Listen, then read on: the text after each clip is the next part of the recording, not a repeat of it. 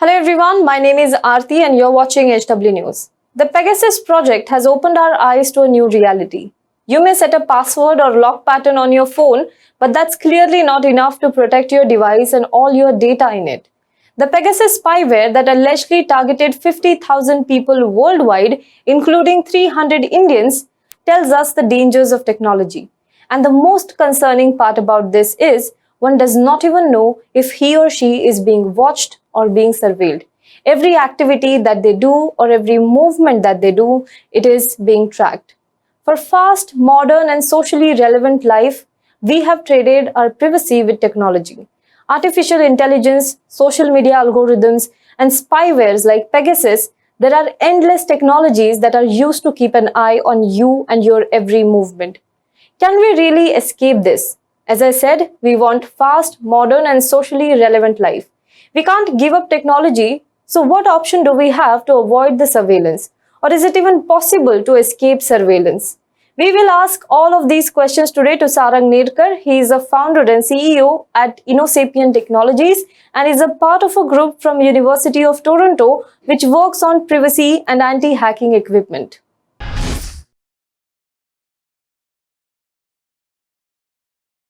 Welcome, Sarang. It's such a pleasure to have you on my show. My first question to you is, and I guess this question is being asked by everyone now, is privacy dead? It seems like it might be dying if we don't take any serious action soon. What do you think about this entire concept of privacy and then spywares? Now we are talking about the Pegasus spyware. I mean, there could have been more such surveillance techniques in the past as well being used on the populace. And as the technology advances, there will be more and more such spywares that will come out. So what do you think about this entire concept of privacy vis-a-vis the spywares and the technology that is being developed? Absolutely. So the thing that you mentioned about technology being more engraved into our lives, right? My prior research work was and ongoing work is in the field of wearable computing.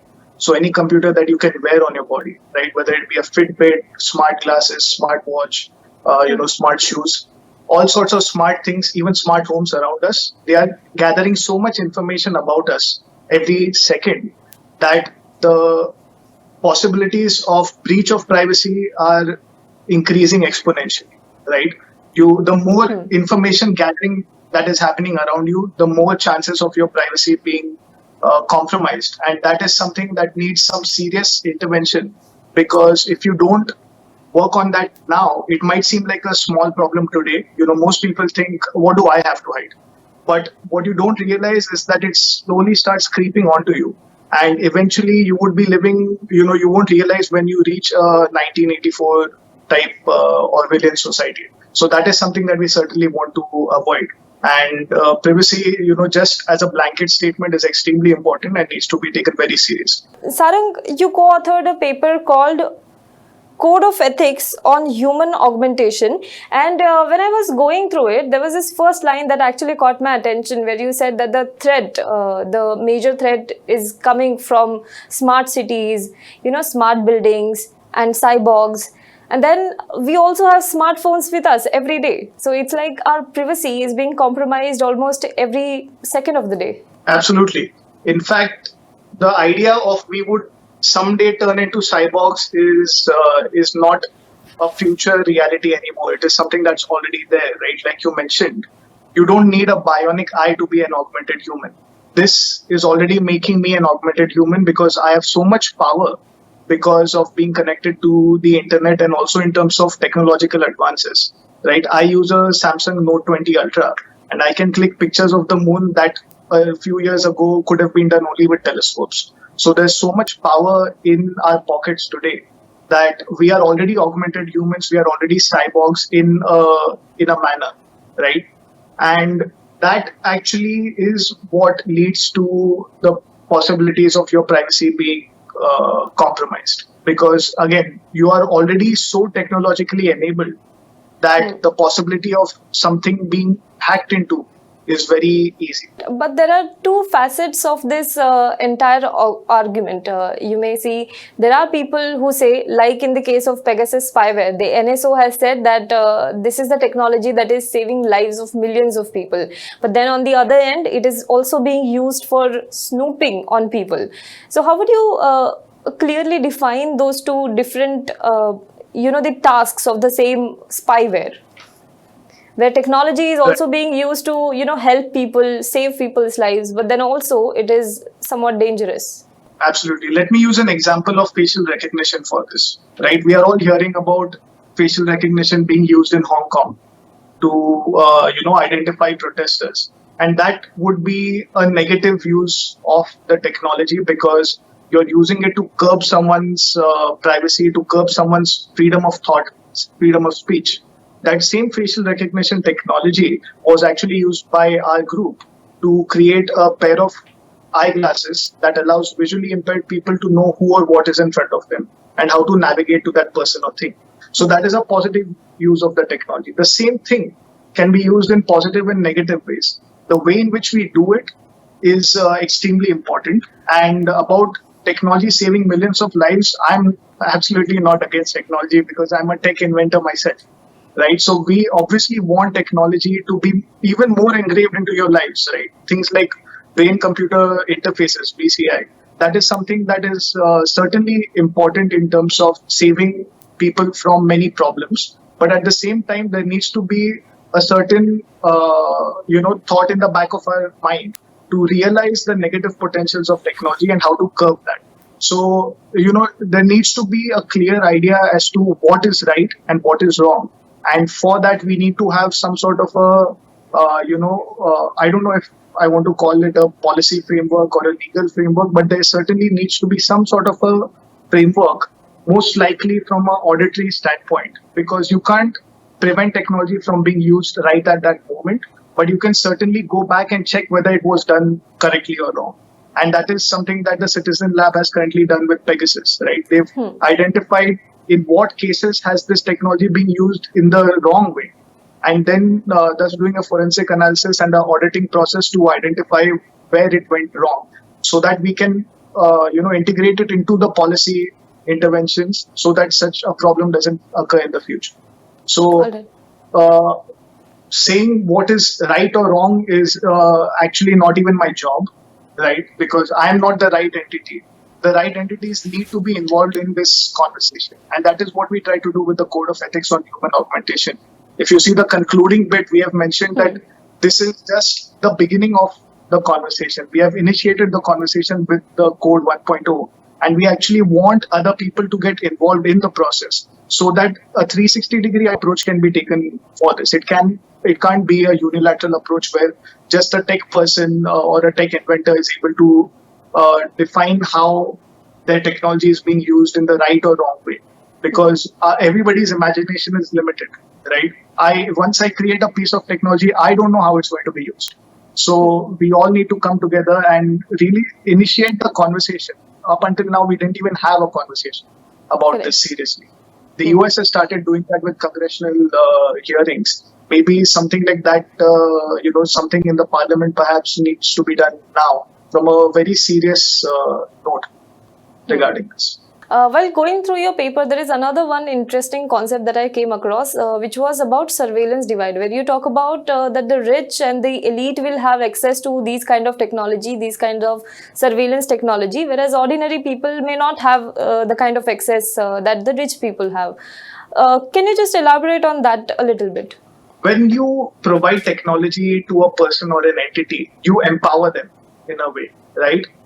Early access to a technology can empower you in greater ways, and it can empower you earlier when compared to somebody else. Now, if we don't democratize the access of technology, this divide will only exponentially increase. And you can think about it in terms of access to the internet, right? I, being from a privileged standpoint, had access to the internet about 10 years ago, maybe. Most of India has started having access to the internet maybe 4 or 5 years ago, and some are even getting introduced to it now. The information access that I had to was immense 10 years ago. So you can imagine the kind of progress one can make with that information, with that knowledge, with that access. And that difference of even 4 to 5 years can be humongous because technology is changing at a very rapid pace. And once you deprive somebody of that access to technology or access to knowledge, that they only keep getting deprived because there is a certain growth to their knowledge, but technology is growing exponentially. And if I'm able to ride the curve with the technology, that huge gap that exists between a person who was introduced to a technology later versus me only keeps increasing, thus making me a part of an elite class as opposed to somebody else who is not. And that can have social implications, financial implications, all sorts of things. Right? We are talking about cryptocurrency today, but you go to a village and ask a random person, what does he know about crypto? And the person would be completely clueless. So here we are talking about moving to a completely digital and cryptocurrency worldwide. And on the other hand, most of the population doesn't even know what this thing is. So how do we really, work with such divide? How can we really protect our privacy? It is tough to answer that question because, again, this discussion requires more people than just you and me, right? We need policymakers, we need academia, industry, everyone to be on the same page about this thing. Because when you see some breach like this, who does the onus lie on, right? Who is responsible for it? Is it Pegasus? Is it NSO Group? Is it the users who are using it negatively? Is it WhatsApp? Because that's the platform where we have agreed to their terms and conditions, and that is being breached. We all need to sit together on the same platform, have a discussion about this as to how breach of privacy can be prevented. But along those lines, we have introduced this concept, and I mean not introduced, but we've really pioneered this concept developed by Professor Steve Mann, my mentor, of valence, right? Of sight. If we understand sight and sensing better, we can understand where the breaches could happen and eventually come up with policies and solutions to tackle that. So valence, which is sight or the capability of seeing, needs to be studied very thoroughly. And only then will we be able to, move towards the right direction of privacy.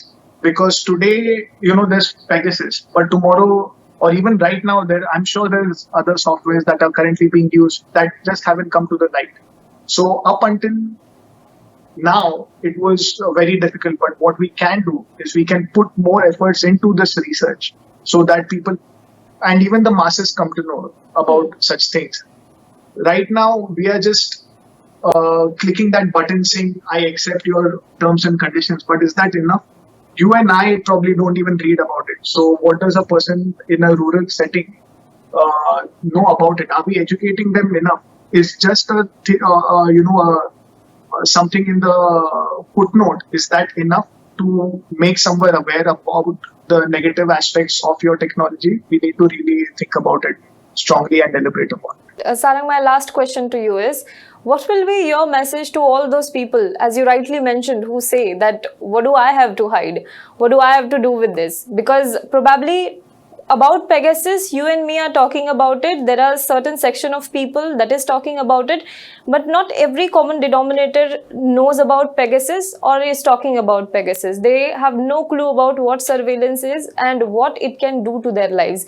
What will be your message to all of those people? My message to those people is to understand the concept of valence, again, the concept of sight and sensing, because there is, again, not just one kind of surveillance, right? There's surveillance, there's surveillance, there's also metaveillance, something that we developed to be able to sense the capacity of sensing. And the interesting thing when someone says that, what do I have to hide, is that when your device is being compromised, it's not just your privacy being breached, it's about other people around you as well. Pegasus, they say, again, I'm not a technical expert on Pegasus, but they say that Pegasus is able to hack into your microphone and your camera as well, involuntarily, right? So when your microphone and your camera is being accessed and you are in the vicinity of someone important, it could be breaching their privacy as well. So one needs to think about this as a societal problem, not an individualistic problem. And that is when you start becoming more sensitive about your own privacy and privacy of others, and eventually move towards a society where such problems don't exist. So just try to learn more about what sensors are, about what WhatsApp is before you get on a platform. Just try to understand what exactly am I agreeing to. When you say I agree to your terms and conditions, please read what those terms and conditions are, because they can be used against you, against your family members, against someone important who is just in your vicinity and is not even related to you. So one needs to be mindful about such things, and the only way to do that is to be more aware of the technology that you use. And we as technology enablers need to move towards that direction as well, where we try to educate people about technology and its applications. We hear about artificial intelligence so much. Farmers using artificial intelligence, all sorts of people using artificial intelligence. But if you give that technology to those people without explaining what that technology is, just as a magical black box, that is when you're creating vulnerability over there for those people, because they need to know the fundamentals of the technology, not from a technical standpoint, from just an understanding standpoint. But we need to start that process, and eventually everybody else will hop on the wagon. Thank you so much, Sarang, for this insightful conversation. And as you rightly said, there needs to be more conversation regarding this. There needs to be more policymakers and experts on the panel who would be talking about what to do in such kind of situation, what to do, and what are the limitations of this technology and its use. Thank you so much for this conversation, Sarang. Thank you for having me.